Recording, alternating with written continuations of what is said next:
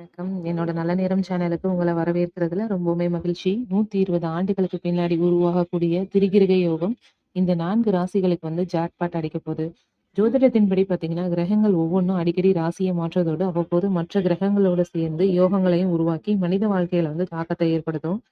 அதுல சில யோகங்கள் வந்து பல ஆண்டுகளுக்கு பின்னாடி உருவாகி, இன்னும் சிறப்பான தாக்கத்தை வந்து ஏற்படுத்தும். அந்த வகையில கிரகங்களோட ராஜாவான சூரியன், நீதிமான், சனி பகவான், அதுக்கப்புறம் வந்து செல்வத்தின் காரணியாக சுக்கிரன் ஆகியோரும் சேர்க்கை வந்து நிகழப்போது.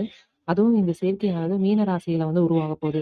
வேத நாட்காட்டியின்படி பார்த்தீங்கன்னா, அசுரர்களோட குருவாக கருதப்படும் சுக்கிரன் வந்து மார்ச் 2ஆம் தேதி குரு பகவான் மீன ராசிக்குள்ள வந்து நுழைவாரு. அதைத் தொடர்ந்து மார்ச் 15ஆம் தேதி கிரகங்களோட ராஜாவாக கருதப்படக்கூடிய சூரியன் வந்து மீன ராசியிலே நுழைவாரு. மேலும் இந்த மீன ராசி ஏற்கனவே நீதிமான் சனி பகவான் பயணித்து வருகிறாரு.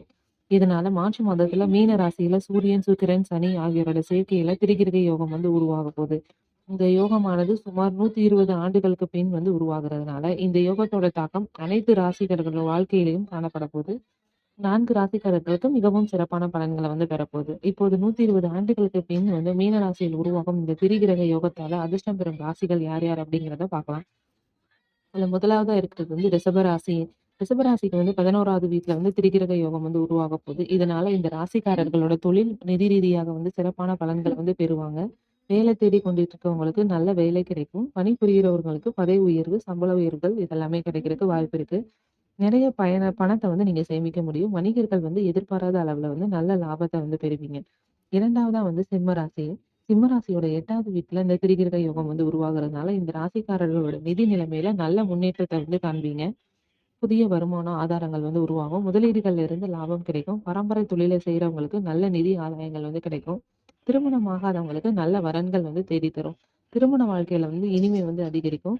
பயணங்களால வந்து நல்ல நிதி ஆதாயங்கள் கிடைக்கும். எதிரிகளை தோற்கடித்து வெற்றிகள் வந்து காண்பீங்க. மகர ராசியோட 3வது வீட்டுல திரிகிரக யோகம் உருவாகுறதுனால, இந்த ராசிக்காரர்களுக்கு பெரிய அளவுல வந்து நிதி ஆதாயங்கள் வந்து கிடைக்கும். வியாபாரத்திலே நல்ல முன்னேற்றம் வந்து ஏற்படும். வேலை மற்றும் தொழில்ல இருந்து திடீர் நிதி ஆதாயங்கள் கிடைக்கும். முதலீடுகள்ல இருந்து நல்ல லாபம் கிடைக்கும். நிறைய பணத்த வந்து சேமிக்க முடியும். பணியிடத்துல வந்து உங்களோட எதிரிகள வந்து கண்டறிந்து அவங்களுக்கு நல்ல பாடத்த வந்து புகட்டுவீங்க. பேச்சால வந்து உங்களுக்கு வந்து பல வேலைகள் வந்து முடிவடையும். மேலும் வந்து உங்களோட செல்வாக்கும் அதிகரிக்கும். பயணங்களால நல்ல நிதி ஆதாயமும் கிடைக்கும். கும்பராசியோட 2வது வீட்டுல இந்த திரிகிரக யோகம் உருவாகுது. இதனால தொழில்ல நல்ல வெற்றிய வந்து காண்பீங்க. குடும்பத்துல அமைதியும், நல்லிணக்கமும் நிகழும். சமுதாயத்துல வந்து பார்த்தீங்கன்னா, மதிப்பும், மரியாதையும் அதிகரிக்கும்.